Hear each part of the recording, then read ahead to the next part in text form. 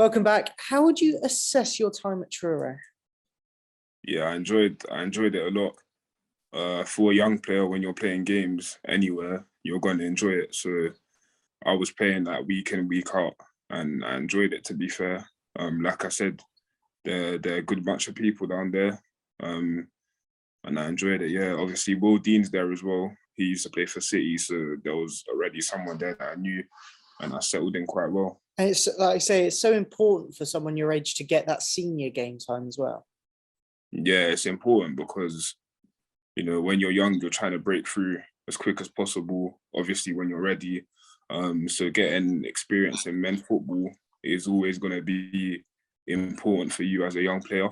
And with the experience you gain on loan, you can use that when you do get into the first team. So it's very useful to go out on loan and get that experience that you need. And mainly, like you said, there were players there that you knew of and players that helped you in the side. Who did you learn off most whilst you're at Truro? The person I learned off most is, well, Paul Wotton, to be fair, because he's the gaffer. He, like I said before, he played centre half as well for Plymouth, and I think in the Champ as well.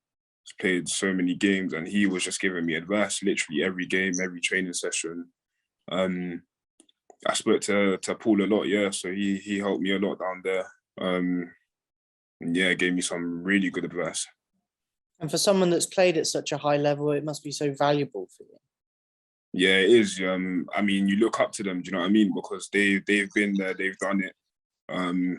So it's always good to listen to someone who's been there and who's actually experienced that level in the same position you're trying to break through in. So yeah, it's very good. Like I said, he's a very good manager. And yeah, I want to thank him as well for all of that help. Were there elements to your game that you felt vastly improved whilst you're at Truro? Yeah, I would say that my first contacts, so that heading, improved a lot because it's just getting that practice. Do you know what I mean? Week in, week out, playing against players as big as you, or if not bigger than you as well. So yeah, it helped me get a consistency in my game, which is key. As a young player, just playing consistently well, which I did. So yeah, I'll say first contacts, I improved a lot in that. You say you've managed to grab a couple of goals as well. Is that something that you want to build on in your game? Yeah, as an under 18, I scored in my second year. I scored like 8-9 goals. But then obviously when you become a pro and then you go on loan or you're in the first team, you're playing against bigger players, so you can't really dominate as much as you did in the 18s. So I had to learn, I had to adjust in that. But then yeah, getting 2 goals. I think for a defender, it's important to be a threat in attacking set pieces. Because it makes you stand out, do you know what I mean? So I want to keep on building on that, and hopefully that's something I can hang on to as well, yeah. And building on that, throughout your loan, you were still training at the Cliff Hill with the club, so there's no really issues of you fitting back into the side now? Oh yeah, I was still training. I'm good with the lads. I think I've got a good relationship with every single player.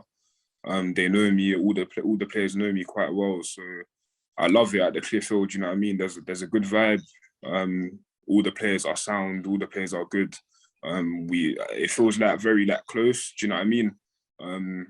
Always joking around, and obviously when we need to be serious, we're serious, obviously. But I'm talking about that in the gym, when we're in the change rooms. There's a good vibe. There's a nice brotherhood, I would say. So yeah. And so you're coming back whilst our defence is a little bit light with injuries. Hopefully you can step into your game. And are you confident of stepping up? Yeah, I'm confident. Obviously, it's a completely different level, first of all, which I'm aware of. But I feel like I'm ready, to be fair. I wouldn't say I'm nervous. It's more excitement. It's more like, get me out on the pitch. Do you know what I mean? Instead of, I don't really know. It's more of an excitement. So yeah, the lads have been great as well. People like Alex giving me advice on what to do, because obviously, like I said, he's been there, he's done it. So I just thought he would be a good person to talk to.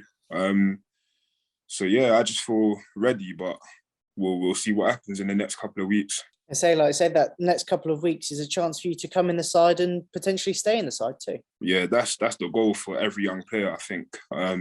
you don't just want to get a couple appearances and then go back up on loan again. You want to get your debut and then maybe 2 more appearances and then earn the trust of Matty even more, to stay in the squad, because at the end of the day, you want to play for the first team and you want to be playing in the Football League. That's the main goal. So yeah, I'm going to try and do my best, to be fair, do my best and see what it brings at the end. But you can't look too far ahead. You just got to think about the job at hand. There's not many more positions that are more difficult to break into than centre half, though. Yeah, centre half's always the hardest position. That normally centre half's breaking like later on.